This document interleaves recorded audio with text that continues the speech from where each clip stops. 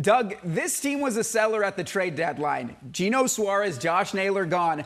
All of a sudden, though, it looks like things are starting to trend in maybe a Detroit Tigers direction from last season. What odds do you give the D-backs of capturing that third wildcard spot? I would put it pretty low, but it doesn't look like the Mets want it either, even though the Mets have done a little better recently. It's almost a fight of who doesn't want it, so it's a perfect time to get hot for the Diamondbacks. So you got to love that. But since you mentioned selling, I want to be the first one to say that was the right decision at the time. You can only go by the decision at the time. Diamondbacks were playing terrible baseball. You can't have these guys leave for nothing. Good move then, but it doesn't mean you're out of it. They can keep winning. And if Ketel Marte keeps playing kind of how he's been playing, really before he got injured and then coming back, the drama surrounding him, his request for days off, the reported frustration around teammates, then you see Geraldo Perdomo coming to his defense. But it seems like this team cannot be messed with. The vibes are not being messed with. But what do you make of just that team chemistry right now in the clubhouse? Number one, I think a lot of people were looking for someone to blame.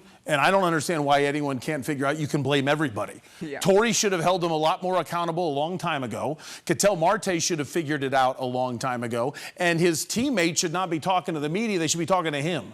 And that's what should have happened. But now, yeah, he feels a lot better after he apologized. And you were talking previously, and you showed the home run by Gurriel. And, Jake, you mentioned the trade deadline. Ever since the trade deadline, Gurriel has been fantastic. Right. So the combination of Marte and Gurriel is now a legitimate playoff contender. Yeah, Gurriel, 6 home runs in the month of August. Exactly. Repeating what he did last August. He's been swinging the bat amazingly.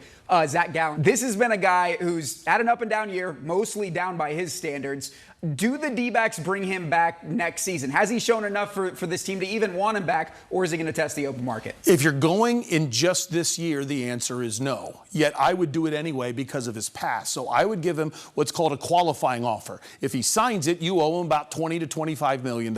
However, if he doesn't sign it, you get a first-round pick when he signs somewhere else. I think he's worth a qualifying offer. I would go that far. I would not sign him to a long-term deal because I would be wondering what's wrong. Why did this happen this year? And I think one more prove-it year will tell us, and then you try to sign him long-term after that, starting with the 2027 season, not right now for 26, qualifying offer for 26.